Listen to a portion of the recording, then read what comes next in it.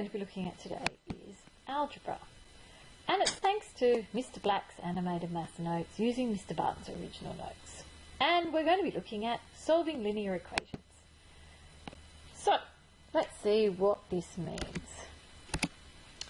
What on earth does solving equations mean?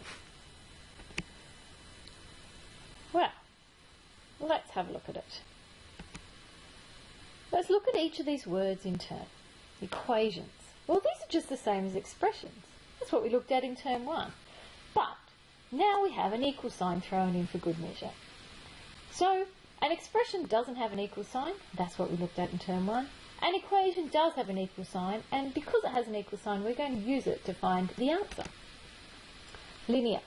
So linear just means that we don't have to worry about any annoying powers. Well, just yet. But linear also means straight line. So the equation we're going to be solving to start with are straight line equations. That means if I was to graph them on a number plane, they would end up giving me a straight line. Solving. Well, solving means we must find the value of the unknown, which makes it an equation, which makes the equation balanced. Okay, now, there's lots of different ways to solve equations, and if you're happy with the way that you were taught, then you can continue using it. But this is the way I do it, and probably would like you to have a go at thinking about the way that I do it. So let's move on to our next page. How Mr. Barton solves equations.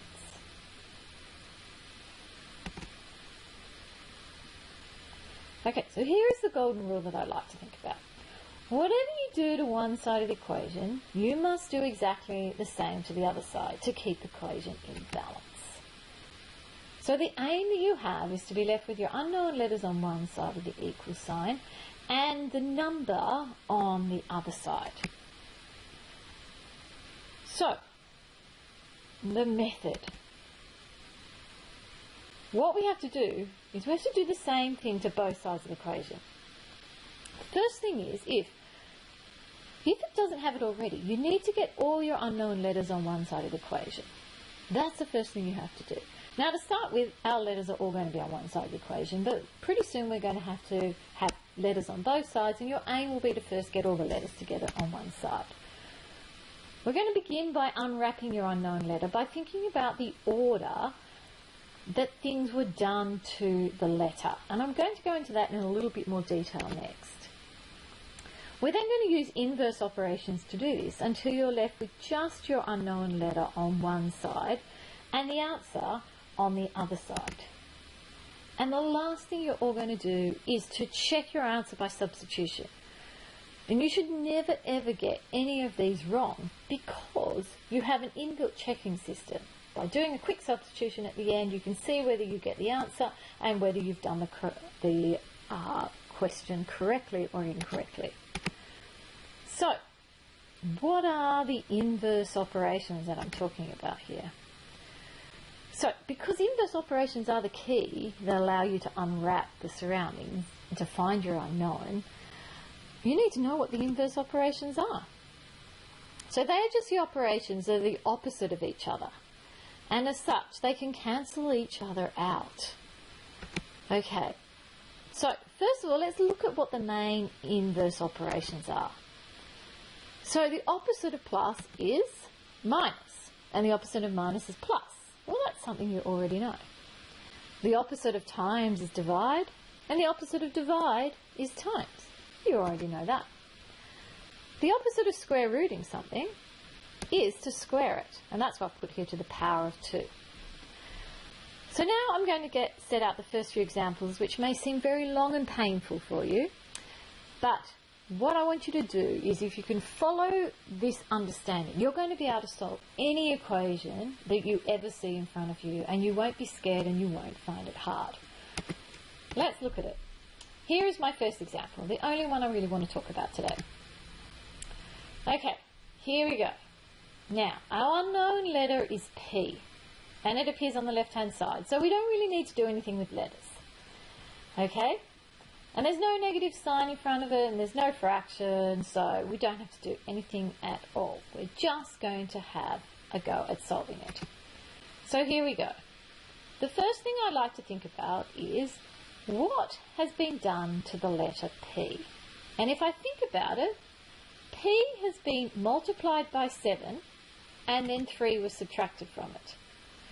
So let's have a look at what that looks like. P got multiplied by 7 and 3 was subtracted from it. Now, to solve an equation, we just have to unpack that. We have to do the opposite. So we do it in the reverse order. So instead of subtracting 3, what do you think I should do? I should add 3. So let's have a look at what that looks like. So we're starting with the last operation and doing the inverse. So we're adding 3 to both sides. So as you can see, when I add 3 to both sides, I have minus 3 plus 3, which means that's 3's go. Leave me with 7p equals, and 32 plus 3 is 35. Now once we've done that, we then have to go along and we have to get rid of that 7. Instead of timesing by 7, I'm going to divide by 7.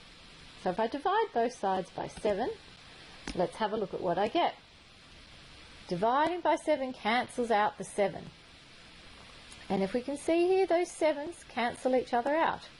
And I'm left with p equals 35 divided by 7 is 5. And here I've said at the very last point 4, we have our answer, so it's easy to check. If we were right, then we may as well do it. So just substitute p equals 5 into the equation and hope the equation balances. So here is my expression part. I'm substituting 5 for the p, remembering the sign between the 7 and the p is a times sign. So I have 7 times 5, take away 3, and you can just use your calculators, and you get 32, and that is what it should equal. Now you know you've done it right, you can move on and do the next question. Okay, so that's our first video. Stay tuned for the second video that I would like you to watch.